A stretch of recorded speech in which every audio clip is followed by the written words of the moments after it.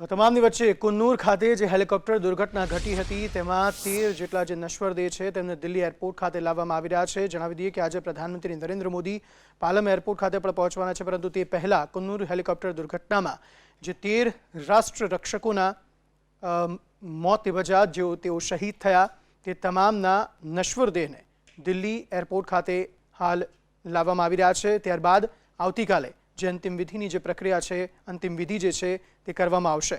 તમામ 13 લોકોના નશ્વર દેહ પાલમ એરપોર્ટ દિલ્હી ખાતે પહોંચ્યા।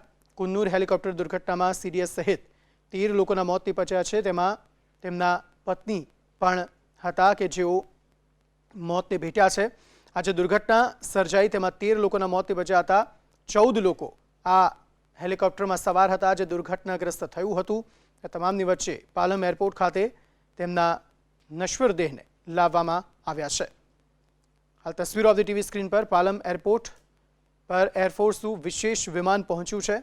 તમામ જે 13 નશ્વર દેહ છે તેમને લઈને અને સેનાના સર્વોચ્ચ સન્માન સાથે અંતિમ વિધિ જે છે તે આવતીકાલે કરવામાં આવશે।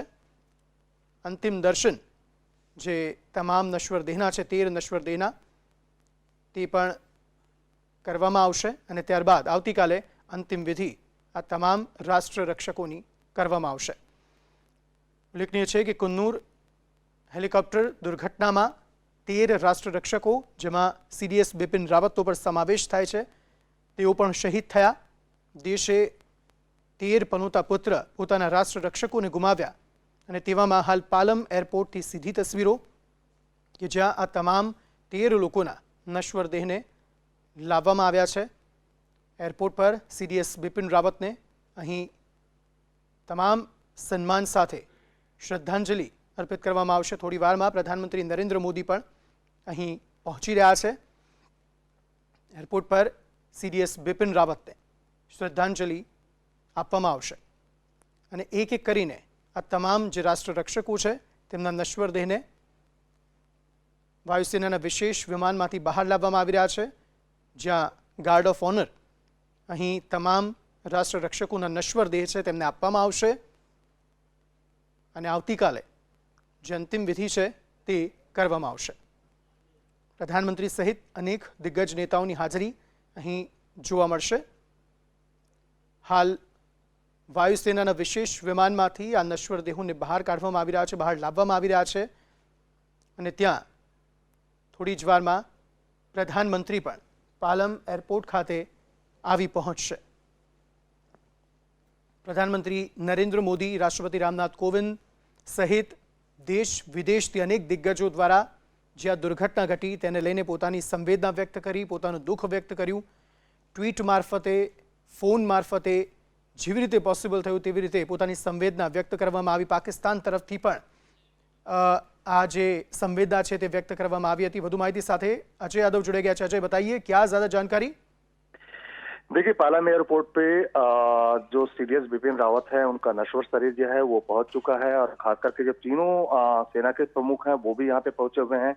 रक्षा मंत्री राजनाथ सिंह ये भी पहुंचने वाले हैं और खास करके प्रधानमंत्री नरेंद्र मोदी यहाँ पर आएंगे और 9 बजे के करीब कहा जा रहा है कि अपनी श्रद्धांजलि देंगे। तो कह सकते हैं कि जो रस्मी प्रक्रिया है या अंतिम संस्कार की जो प्रक्रिया है वो एक तरह से शुरू हो चुकी है और पहले ये कयास लगाए जा रहे थे कि 6:30 बजे के करीब इनका नश्वर शरीर दिल्ली के पालम एयरपोर्ट पे आ जाएगा, लेकिन अब थोड़ी देर से यहाँ पे पहुंचा हुआ है और एक तरह से कह सकते हैं कि जो पूरा देश बिपिन रावत के अब अंतिम दर्शन करना चाहता है और शामिल होना चाहता है, उसकी प्रक्रिया एक तरह से देश की राजधानी और सबसे पहले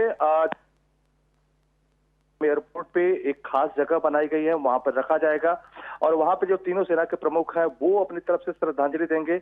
इसके बाद रक्षा मंत्री राजनाथ सिंह की श्रद्धांजलि देने की संभावना है। नरेंद्र मोदी को कहा जा रहा है कि 9 बजे का वक्त है और प्रधानमंत्री नरेंद्र मोदी आएंगे और फिर वहां पे श्रद्धांजलि देंगे। इसके आगे के अगर कार्यक्रम की बात करें तो उनके नश्वर शरीर को सबसे पहले उनके आवास पे ले आया जाएगा और कहा जा रहा है कि कल 11 बजे से लेकर के 12:30 पब्लिक के लिए भी, क्योंकि सीडीएस बिपिन रावत को लेकर के एक आम सेंटिमेंट पूरे देश में चल रहा है और जब से लोगों ने इस खबर को सुना हुआ है तब से पूरे देश में कहीं न कहीं उनको आज से ही कैंडल लाइट जला करके जगह जगह पर देश के अलग अलग हिस्सों में श्रद्धांजलि दी जा रही है। खुद चेन्नई में और तमिलनाडु के इलाके में काफी मातम पसता हुआ है। यहाँ तक कि जब इनके नश्वर शरीर को एयरपोर्ट पे ले जाया जा रहा था तो पब्लिक सड़कों के दोनों किनारों पे खड़ी थी और अपने तरीके से सीडीएस बिपिन रावत को सैल्यूट करने की कोशिश कर रही थी या अंतिम यात्रा का हिस्सा अपने आप को मान के चल रही थी। लेकिन कल आज के संस्कार के बाद या कह सकते हैं प्रधानमंत्री जब 9 बजे उनको श्रद्धांजलि देंगे, उसके बाद कल की रस्मी प्रक्रिया शुरू की जाएगी। उनके आवास पे उनका नश्वर शरीर लाया जाएगा। 11 बजे से 11:30 बजे के बीच आम पब्लिक को उनके अंतिम दर्शन के लिए जो है रखा जाएगा। और उसके बाद ये भी कहा जा रहा है कि 12:30 बजे से लेकर के 1:30 बजे के करीब जो सैन्य अधिकारी है, जो आर्मी पर्सनल है, उनको भी अंतिम दर्शन का मौका दिया जाएगा। करीब उसके बाद उनके आवास से जो सीडीएस बिपिन रावत का जो नश्वर शरीर है कैंटोनमेंट लाया जाएगा, बरार स्क्वायर है, वहां पे उनका अंतिम संस्कार किया जाएगा। तो उस अंतिम संस्कार में श्रीलंका, नेपाल और ऐसे ही जो पड़ोसी देश है उनके जो सैन्य अधिकारी है वो भी शामिल होंगे। जी अजय, शुक्रिया सारी जानकारी देने के लिए।